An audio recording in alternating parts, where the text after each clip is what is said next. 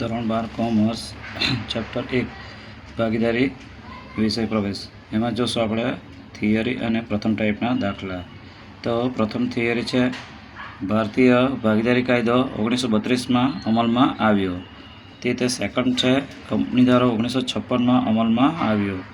ત્રીજું છે ભાગીદારો વચ્ચે નફા નુકસાનનું પ્રમાણ આપેલું ન હોય તો 1:1 સરખે હિસ્સે ધ્યાનમાં લેવું.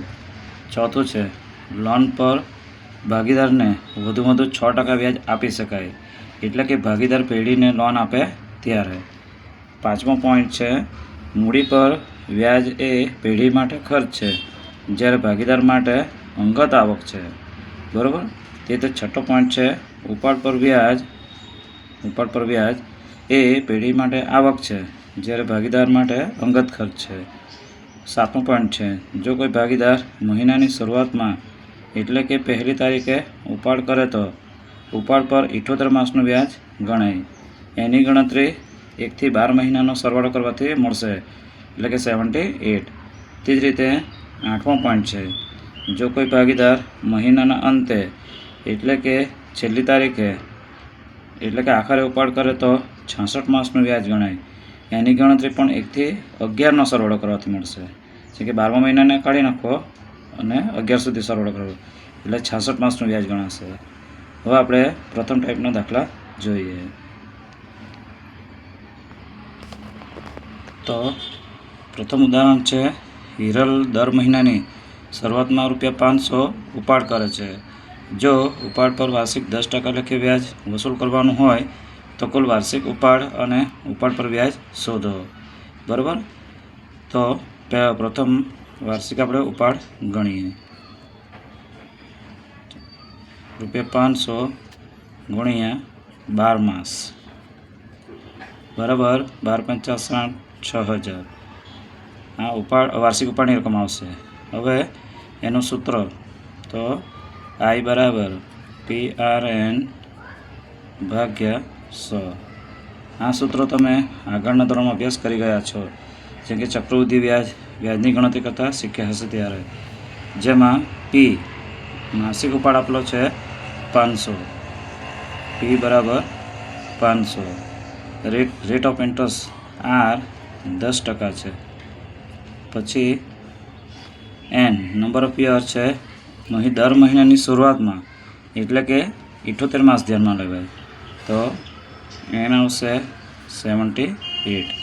તો સૂત્ર મુજબ રકમ મૂકતા P 500 ગુણ્યા R 10 ગુણ્યા N 78 ભાગ્યા 100 ગુણ્યા 12. 100 તે ટકાના અને 12 તે મહિનાના. બધી ગણતરીનો ગુણાકારનો ભાગાકાર કરતા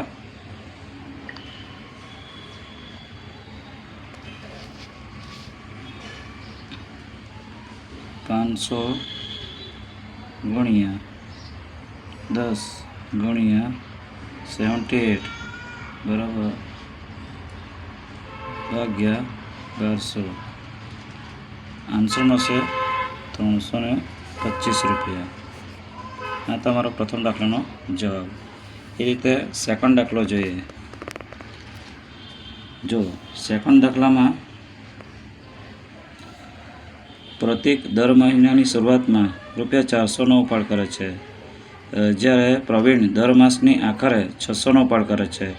ઉપાડ પર વાર્ષિક 6%ના દરે વ્યાજ ગણાય તો દરેક ભાગીદારને કેટલું વ્યાજ મળતું હશે. તો જોઈ શકો તમે. પ્રથમ આપણે ગણતરી કરીએ પ્રતીકની.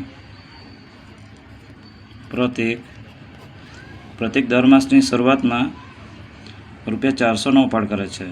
બરાબર. તો આગળ ગણીએ તે મુજબ સૂત્ર I બરાબર PRN ભાગ્યા 100. બરાબર. જ્યાં Pની રકમ આપેલી છે તમને P બરાબર 400, R બરાબર 6% અને N હવે પ્રતીક દર માસની શરૂઆતમાં ઉપાડ કરે છે એટલે 78 માસ ગણાય. તો સૂત્રમાં મૂકતા P 400 ગુણ્યા R 6 ગુણ્યા N 78 ભાગ્યા 100 ગુણ્યા 12. તો એની ગણતરી કરતાં 400 ગુણ્યા 6 ગુણ્યા 78 ભાગ્યા 1200 તો 156 રૂપિયા આન્સર આવશે. 156. તે જ રીતે પ્રવીણ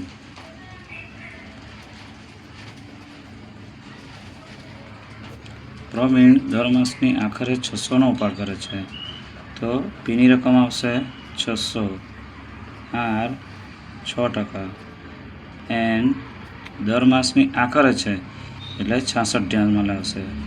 તો સૂત્ર મુજબ રકમ મૂકતા પી 600 ગુણ્યા 6 ગુણ્યા 66 ભાગ્યા 100 ગુણ્યા 12 તો એના વ્યાજની રકમ આવશે 600 ગુણ્યા 6 ગુણ્યા 66 ભાગ્યા 1200 એટલે 198. તો પ્રવીણને પ્રતિ કરતાં વધુ વ્યાજ મળશે. આગળ નેક્સ્ટ બીજા દાખલા 2 જોઈએ.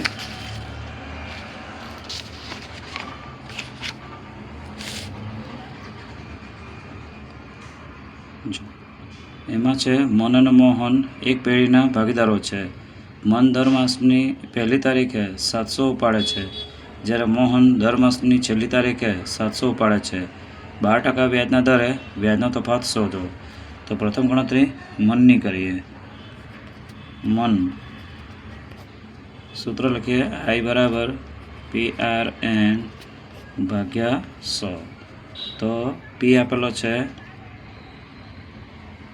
700, આર આપેલો છે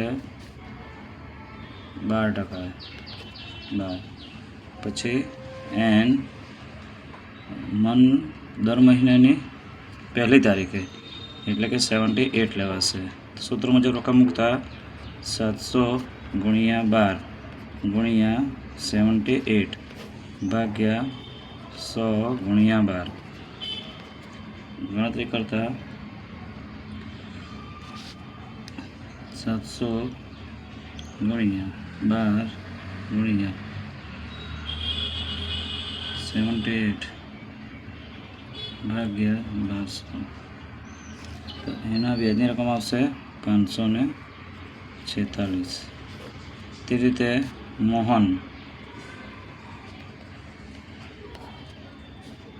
એની પીની રકમ છે 700 જ, આર વ્યાજનો દર છે 12% જ, અને એનનો આખરે છે જ્યારે મોહન દર માસની છેલ્લી તારીખે એટલે કે 66 આવશે. તો સૂત્ર મુજબ રકમ મૂકતા 700 ગુણ્યા 12 ગુણ્યા 66 ભાગ્યા 100 ગુણ્યા 12 બરાબર 700 ગુણ્યા 12 ગુણ્યા 66 ભાગ્યા 1200 તો 462 આવશે. મનના 546 અને મોહનના 462. તો 546 માઇનસ 462 બરાબર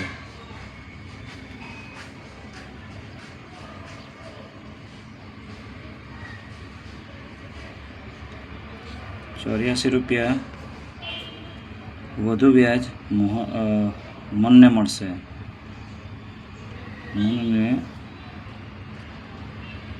રૂપિયા 84 વધુ વ્યાજ મળશે. ચાલો નેક્સ્ટ દાખલો જોઈએ. એક ભાગીદારી પેઢીમાંથી દર મહિનાના અંતે એક સરખી રકમનો ઉપાડ કરે છે. વર્ષના અંતે કુલ વાર્ષિક ઉપાડ 12,000 હોય તો 12%ના દરે કેટલું વ્યાજ ગણાશે? હવે વાર્ષિક ઉપાડની રકમ આપેલી છે ₹12,000, જેને 12 વડે ભાગતા મહિનાનો ઉપાડ આવશે. તો 12,000 ભાગ્યા 12 માસ બરાબર ₹1,000 આવશે મહિનાનો ઉપાડ બરાબર.